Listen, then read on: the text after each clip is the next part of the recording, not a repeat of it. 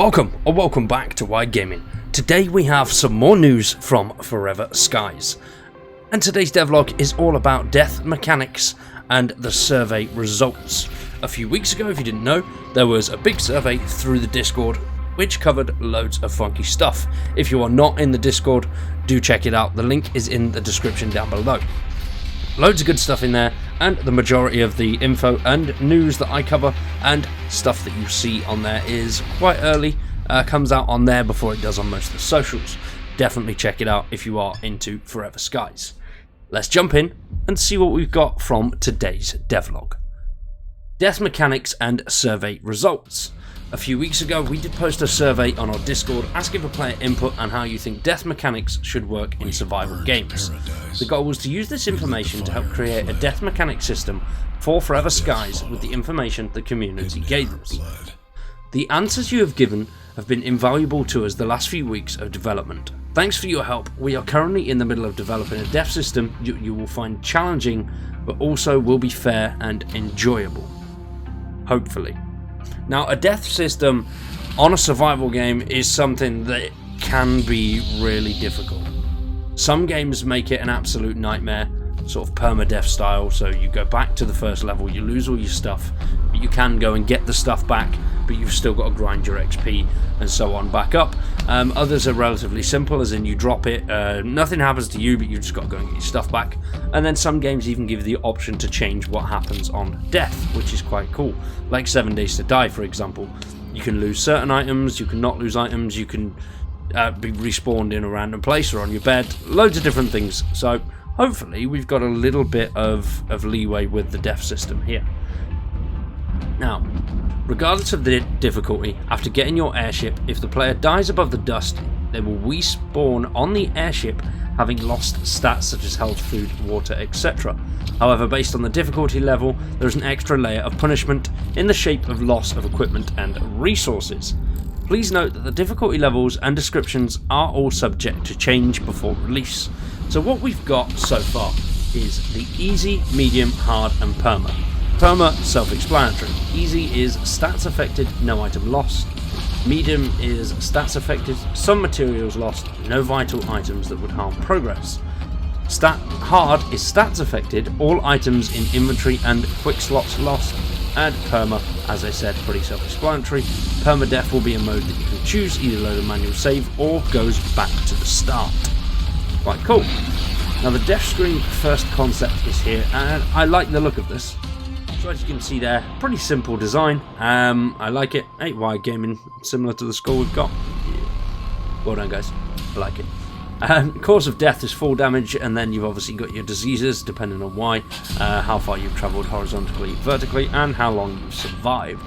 So that's cool. That's like a card at the end to tell you exactly what you've done in the life that you have. And as mentioned, the decisions that they make are based on feedback in the survey, and below are the results of the survey.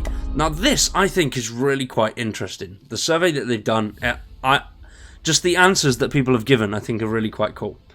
Now the survey was divided into two sections, and the first one was trying to understand each player's likes and dislikes about survival games to establish a baseline. The second was specifically about death mechanics in games.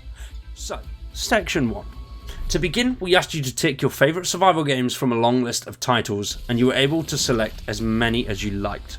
But the results of this are very interesting, and I could 100% understand where a lot of the audience comes from. Number 1 is Subnautica at 78%. Now, I get that. That was my first thought when seeing the game. It gives off massive Subnautica vibes, which obviously, I think that's why a lot of people have flown to this game and have had a look at it and have been interested. Guaranteed, if you have played Subnautica, if somebody showed you the trailer for this game, you would be interested. And that's what caught my eye first and foremost.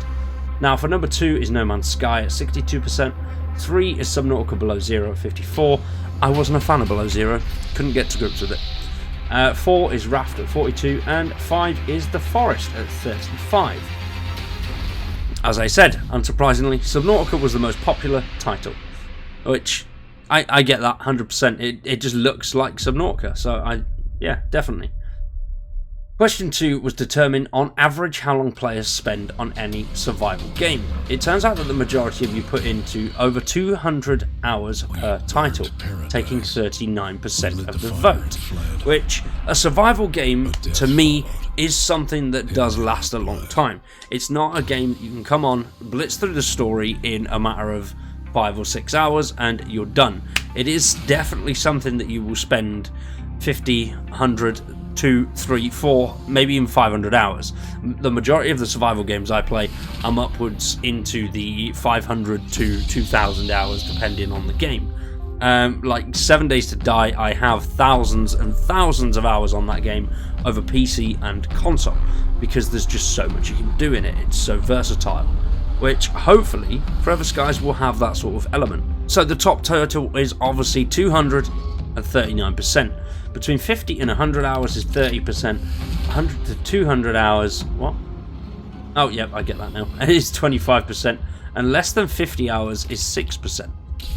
So, yeah, still some pretty beefy hours on there. To close off section 1, it did ask about favourite game modes and mechanics. 45% of you told us that your favourite feature was base building, and we don't blame you, followed by exploration at 36%. A whopping 71% of you told us that standard survival mode was your favourite game mode from the list provided, and story mode took a 27% of the votes in second place.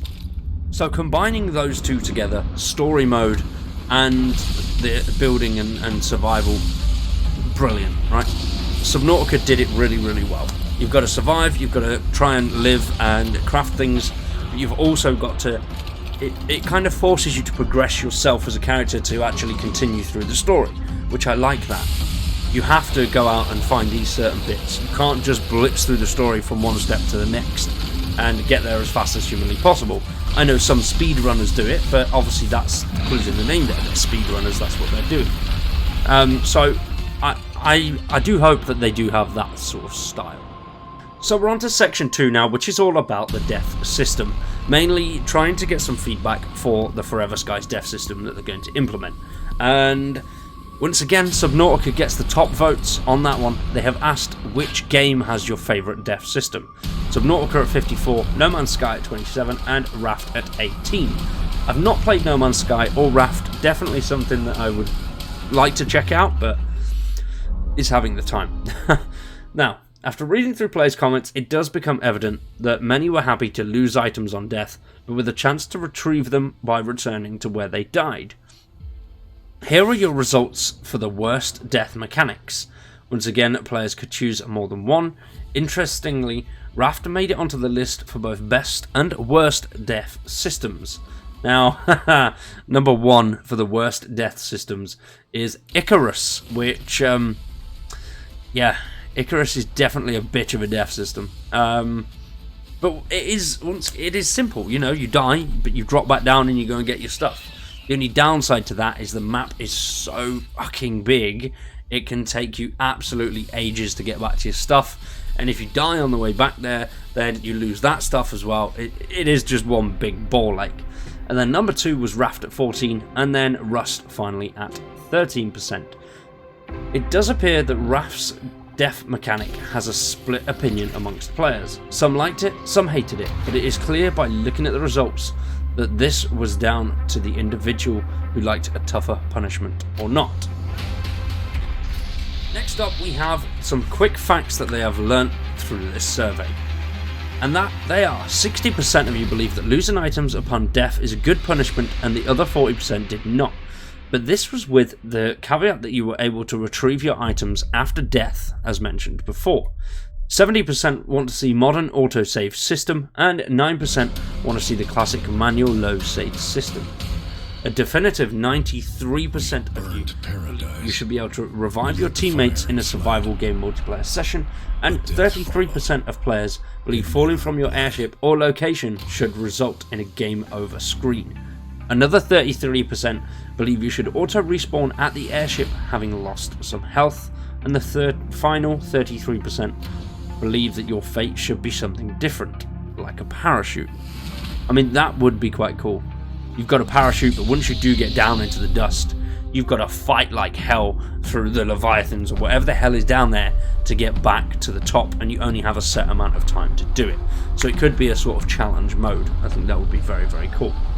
And that just about wraps up today's devlog. What do you guys think about this? Let me know what you think about the death system in the comments down below. I think they're going to go the sort of Subnautica route where you die, you respawn back at your home base, but you do get some items back, which I like that one.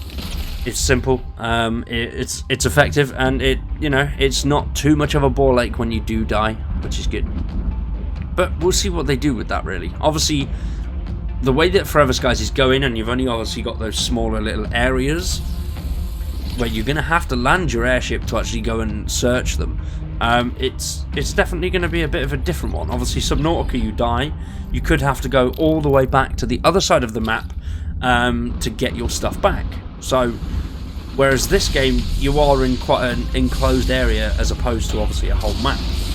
So, yeah, it's definitely a tough one. Definitely a tough one. But we shall see how the team plays this one. I'm very excited to find out. Hopefully, we do get a release date sometime soon. As far as I'm aware, 2022 is still on the cards. But, I don't know about that. There's been a lot of delays recently. Obviously, Nightingale, Nightingale and Sons of the Forest, two that I was very much looking forward to this year, are now both delayed until next year. Which is a shame, but I'd rather wait than have a buggy piece of shit. Yeah, I think that's pretty much a fair view from most of the gaming community. We shall see. We shall see. For now, though, ladies and gentlemen, we are going to wrap it up. If you do want to support the channel a little bit further, consider checking out the members. Also, drop a like on this video. Subscribe to the channel. I've been Wired. You've been awesome. Thanks for watching, and we will see you very soon with some more Forever Skies.